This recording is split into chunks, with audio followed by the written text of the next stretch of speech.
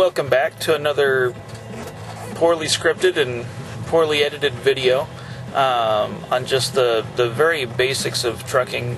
Today hopefully we'll shoot two videos here while I'm waiting for my 10 hours off to be up. This video is going to be on uncoupling your trailer. There's a few steps you can do to it to make it a little bit easier on you. So here we go. Okay, first things first, we're going to act like we're pulling into a spot, that's just a pull through where we're going to drop our trailer. So as you're coming in, you're going to go ahead and stop your truck, and then you want to set just your trailer brakes. Go ahead and put the truck in reverse, and then let out the clutch just a little bit. You can see the RPMs drop just a little bit, where you push the truck back against the trailer just a little bit, because for the last however many miles you've been tugging against the locking jaw on your fifth wheel, and so now you're essentially getting rid of that pressure. And then while you have the clutch slipping, go and set the brakes on the tractor, then let the clutch out, and you can go and shut the truck off. Your gloves out of the door as you're getting out of the truck. I can go ahead and do your glad hands for air supply for the trailer, and then go ahead and disconnect the electrical line to it. Don't just yank on the cable. Go ahead and pull up on the latch, and then jiggle it back and forth.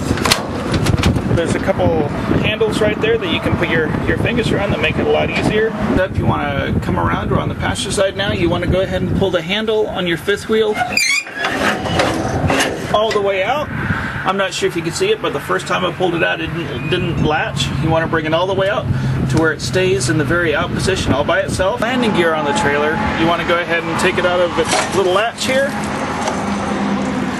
A lot of times when you take it out of its latch, like it did just now, there'll be water into it, so you want to make sure that you don't have a foot, or it's not going to get you.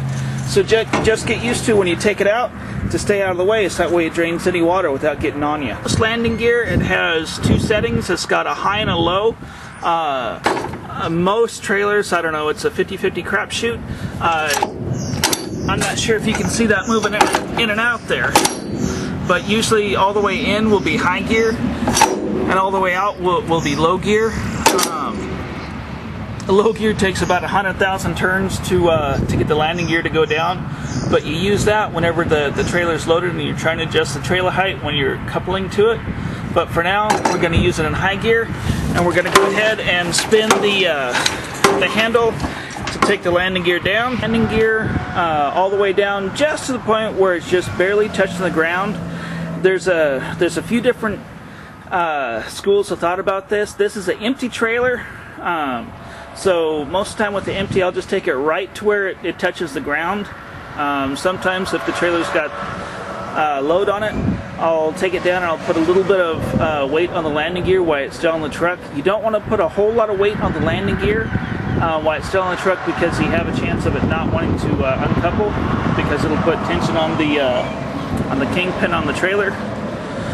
Also, a lot of folks like to dump the suspension on the tractor, so that way it lowers it down when you're uncoupling.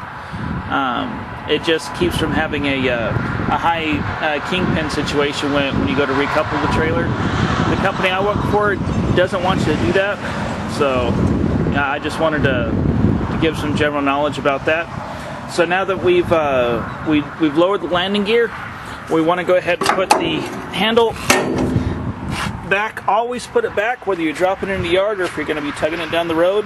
It's just a nice thing to do, so that way other people walking by don't get caught on it. And then we'll head back into the truck. And now we're back in the truck. We've got it running with the transmission in the very lowest gear that we have. We'll go ahead and push in the tractor brakes, and we'll go ahead and slowly slip the clutch as we start to come out from underneath the trailer.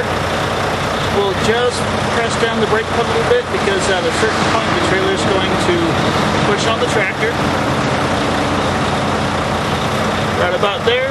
And then after it pushes the tractor out, you want to stop, make sure the landing gear is going to hold up the trailer. And then you can pull away. You're all done. You have now uncoupled your tractor from the trailer.